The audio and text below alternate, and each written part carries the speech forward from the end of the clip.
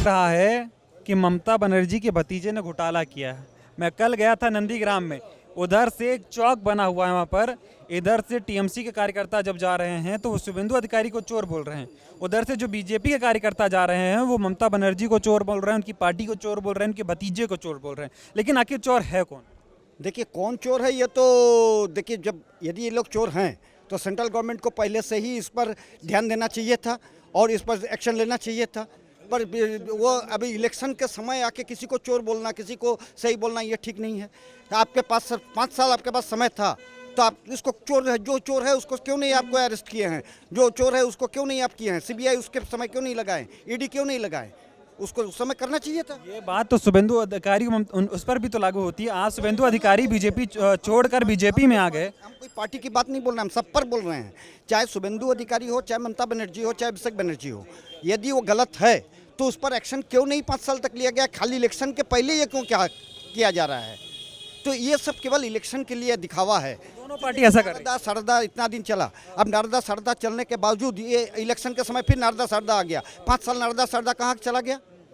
हम लोग तो आम आदमी हैं, तो हम लोग को कोई पता नहीं कि नारदा सरदा कहाँ चला गया। तो ये इलेक्शन इशू है, ये कोई मतलब आखिरकार कोई सबूत हो नहीं रहा है, क्या है क्या नहीं है।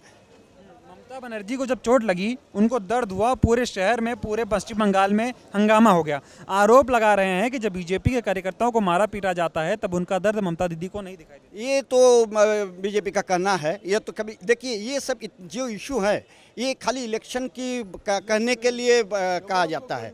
ये तो हर जगह ऐसे ही होता है, कोई ये नई बात नहीं है।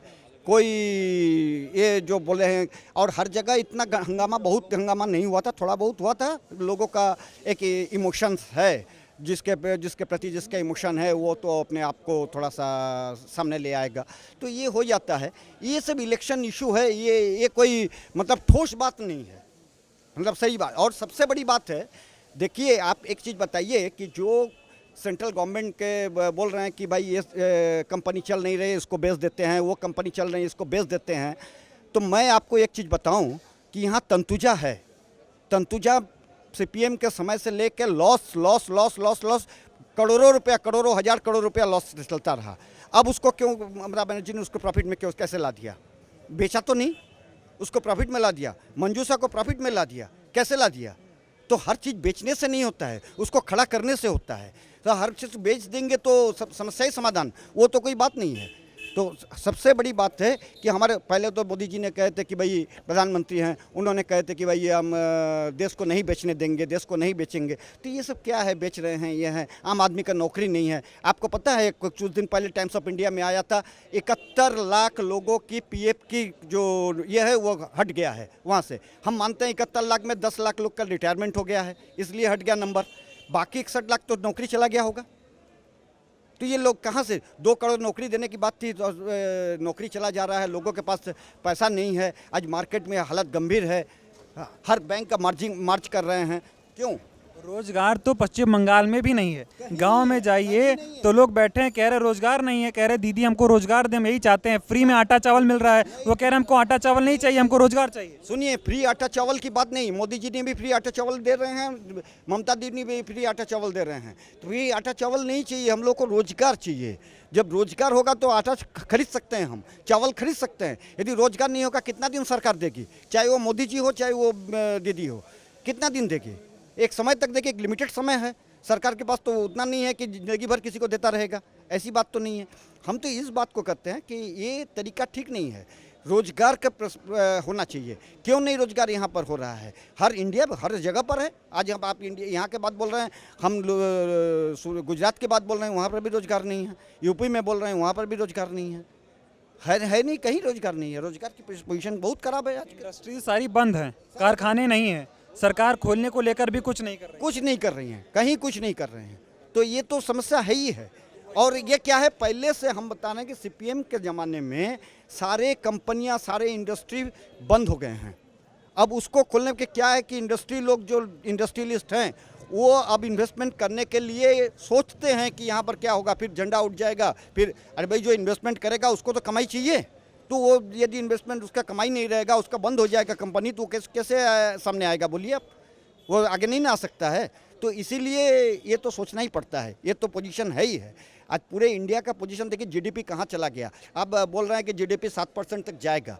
अब 7% तक जाएगा, क्या जाएगा नहीं जाएगा ये तो पता नहीं है। जीडीपी कहाँ चला गया, लोगों के पास purchasing power, buying capacity zero है इस समय।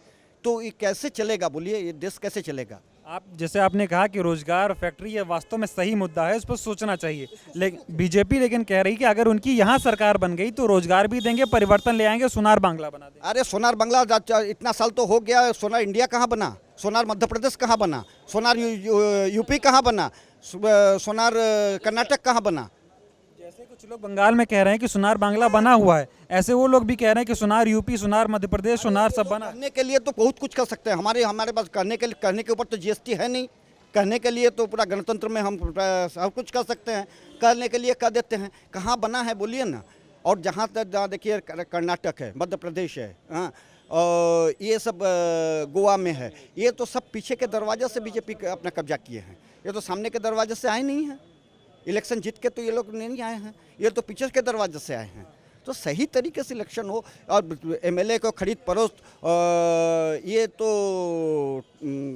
मतलब इस डेमोक्रेसी में ये सही चीज़ नहीं है। ऐसा भी तो हो सकता है कि खरीदा ना गया हो, अपने आप से चला गया। नहीं नहीं सर, ये आप भी जानते हैं, हम भी जानते हैं, एक छोटा बच्चा भी जानता है क्या होता है नहीं होता है।